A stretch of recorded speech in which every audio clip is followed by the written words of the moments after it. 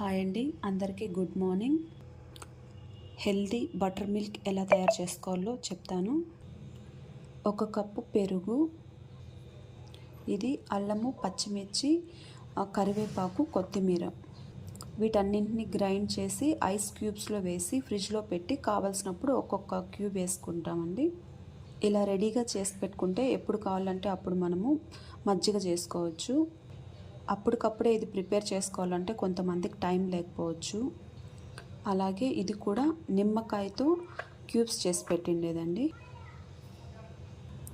నిమ్మకాయ రసం తీసి ఐస్ ట్రేలో వేసి అలా రెడీ చేసి పెట్టుకుంటాం. ఇది హిమాలయ పింక్ సాల్ట్, ఇది జీరా పౌడర్.